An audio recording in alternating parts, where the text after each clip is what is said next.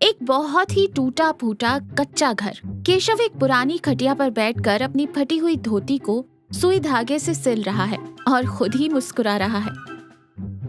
सुनीता अंदर चूल्हे पर एक बर्तन में पतला दलिया पका रही है और गुस्से में चम्मच को बर्तन पर जोर जोर से मारते हुए बड़बड़ा रही है।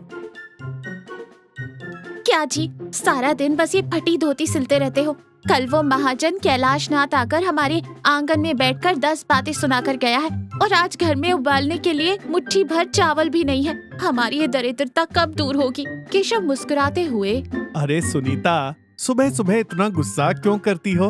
हमारे अच्छे दिन बस आने ही वाले हैं। खेत में केले की फसल बहुत शानदार हुई है।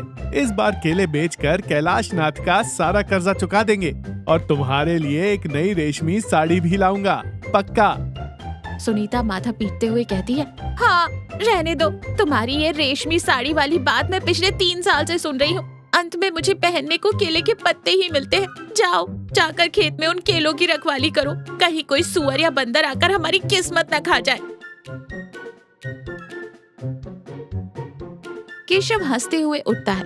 अच्छा बाबा, जा रहा हूँ। तुम दलिया तैयार रखो, आते आते 2 पके केले लेते आऊंगा।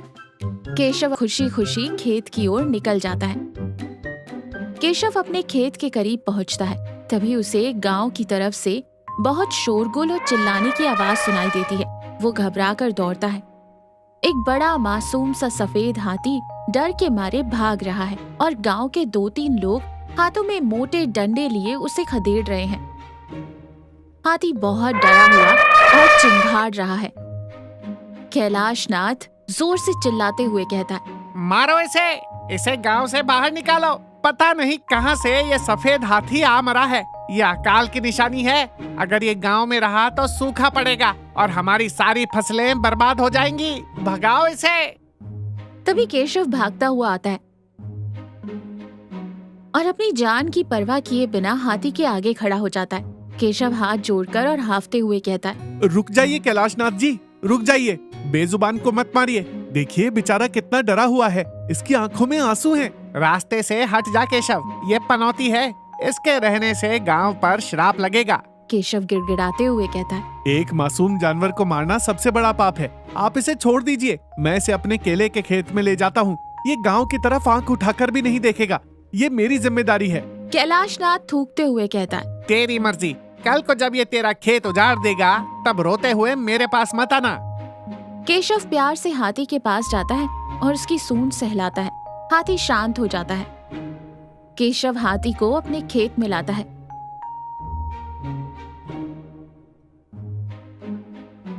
खेत पके हुए केलों से भरा है। हाथी भूखा है और ललचाई नजरों से केलों को देख रहा है। केशव एक पल के लिए अपने कर्जे और सुनीता की साड़ी के बारे में सोचता है। फिर वो हाथी का भूखा चेहरा देखता है और उसका दिल पिघल जाता है। वो खुद अपने हाथों से बड़े बड़े केलों के गुच्छे काट काट कर हाथी को खिलाने लगता है।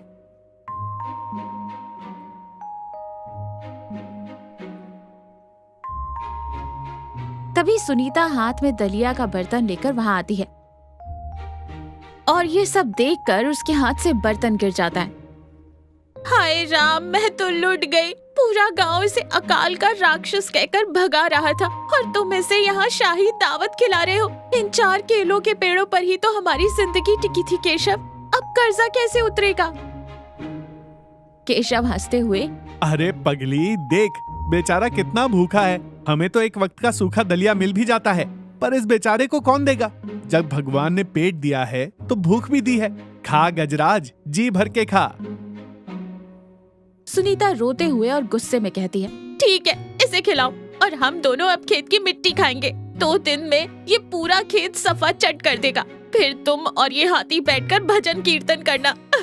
सुनीता पैर पटकते हुए वहाँ से चली जाती है। हाथी प्यार से केशव की तरफ देखता है और मजाक में एक केले का छिलका केशव के सिर पर डाल देता है। केशव जोर जोर से हंसने लगता है। खेत के सारे केले खत्म हो चुके हैं। केशव उदास चेहरा लिए कैलाश नाथ के दरवाजे पर खड़ा है। केशव हाथ जोड़कर संकोच के साथ कहता है, कैलाश नाथ जी, मुझे 100 रुपए का कर्जा चाहिए था। कैलाशनाथ ओहो, क्यों? घर में राशन खत्म हो गया या सुनीता के लिए रेशमी साड़ी खरीदनी है? वो दरअसल मेरे गजराज के लिए, मतलब उस सफेद हाथी के लिए खेत में केले खत्म हो गए हैं। उसे बहुत भूख लगी है तो सोचा थोड़े गन्ने खरीद लाऊं। कैलाशनाथ क्या हाथी का पेट भरने के लिए कर्जा? तेरा दिमाग तो खराब नहीं हो गया है केशव? मेरा पिछला उधार चुकाने की तेरी औकात नहीं है और तू हाथी पाल रहा है। कल को उसे रेशमी कपड़े पहनाने के लिए भी कर्जा मांगेगा। भाग यहाँ से, मेरे पास फूटी कौड़ी नहीं है। जा उसी राक्षस हाथी से मांग। केशव भारी कदमों से लौट आता है। केशव रोता हुआ अपने खेत में हाथी के पास आता है। हाथी जमीन पर उदास बैठा है। केशव हाथी के सिर पर माथा रखकर जोर जोर से रोने लगता है। केशव सिसकते हुए कहता है, मुझे माफ कर दे गजराज, आज तुझे खिलाने के लिए मेरे पास एक तिनका भी नहीं है और उधर मेरी सुनीता, मेरी पत्नी की जान जा रही है। मैं कितना लाचार हूँ, ना तुझे भूखा मरने से बचा सका, ना अपनी पत्नी को। इस गरीबी से तो मौत अच्छी है। केशव रोता रहता है। अचानक हाथी की आंखों से भी चमकते हुए आंसू बहने लगते हैं। तभी हाथी के शरीर से एक बेहद चमकीली और दिव्य रोशनी निकलने लगती है। केशव डरकर पीछे हटता है और आंखें बंद कर लेता है। गजराज एक बहुत ही शांत और दिव्य आवाज में कहता है, आंखें खोलो केशव। केशव चौंक कर आंखें खोलता है। हाथी खड़ा है और उसके चारों ओर एक सुनहरा औरा है। हाथी का मुंह नहीं हिल रहा, पर उसकी आवाज केशव के मन में गूंज रही है। केशव हैरानी और डर से कांपते हुए कहता है, तुम बोल सकते हो? डरो मत केशव, मैं कोई साधारण हाथी नहीं हूँ। मैं स्वर्ग का एक देवता हूँ। एक ऋषि के श्राप के कारण मुझे पृथ्वी पर इस जानवर के रूप में भूख और प्यास से भटकना पड़ रहा था। केशव अवाक रहकर हाथ जोड़कर खड़ा हो जाता है। गजराज मुस्कुराते हुए कहते हैं, ऋषि ने कहा था कि जिस दिन कोई इंसान अपने दुख और भूख को भूलकर तुझ पर निस्वार्थ प्रेम बरसाएगा, तेरा श्राप टूट जाएगा।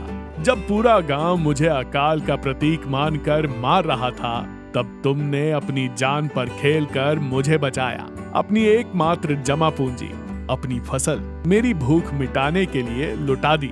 तुम्हारे उसी निस्वार्थ प्रेम ने आज मुझे मुक्त कर दिया है केशव।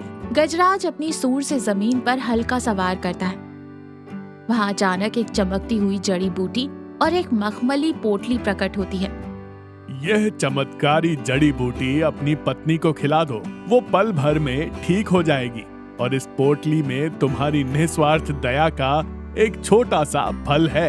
अपना ये सोने जैसा दिल कभी मत बदलना केशव। वो दिव्य रोशनी धीरे धीरे आसमान की ओर उठती है और एक चमकते हुए तारे में बदल जाती है। हाथी वहाँ से गायब हो जाता है। केशव पोटली और जड़ी बूटी उठाकर आसमान की ओर दोनों हाथ जोड़कर प्रणाम करता है। सुनीता बिल्कुल स्वस्थ है। वो मुस्कुराते हुए घर में झाड़ू लगा रही है।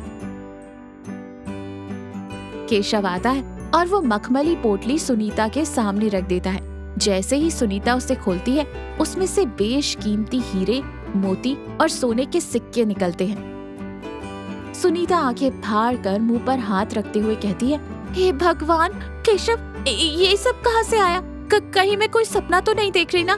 मेरी बीमारी भी अचानक गायब हो गई और ये खजाना? केशव मुस्कुराते हुए कहता है, जिसे सारा गांव अकाल का राक्षस कह रहा था सुनीता, वही सफेद हाथी हमारे लिए भगवान बनकर आया था। उसी की वजह से तेरी जान बची है। केशव पोटली में से कुछ सोने के सिक्के निकालता है। मैं अभी जाकर कैलाशनाथ का कर्जा चुका कर आता हूँ। बेचारे को 10 सिक्के ज्यादा दे दूंगा। कम से कम उसे रात को नींद तो अच्छी आएगी। सुनीता हंसते हुए प्यार से, तुम अमीर तो हो गए केशव, लेकिन तुम्हारा ये भोलापन और साफ दिल कभी नहीं बदलेगा। तो देखा दोस्तों, निस्वार्थ भाव से की गई सेवा और बेजुबान जानवरों पर दिखाई गई दया कभी व्यर्थ नहीं जाती। प्रकृति और ईश्वर हमेशा उस इंसान का भंडारा भर देता है जिसका दिल दूसरों के दर्द को अपना समझता है। इसलिए केशव की तरह दयालु बनिए। क्या पता आपका जादुई हाथी कब आपके दरवाजे पर आ जाए।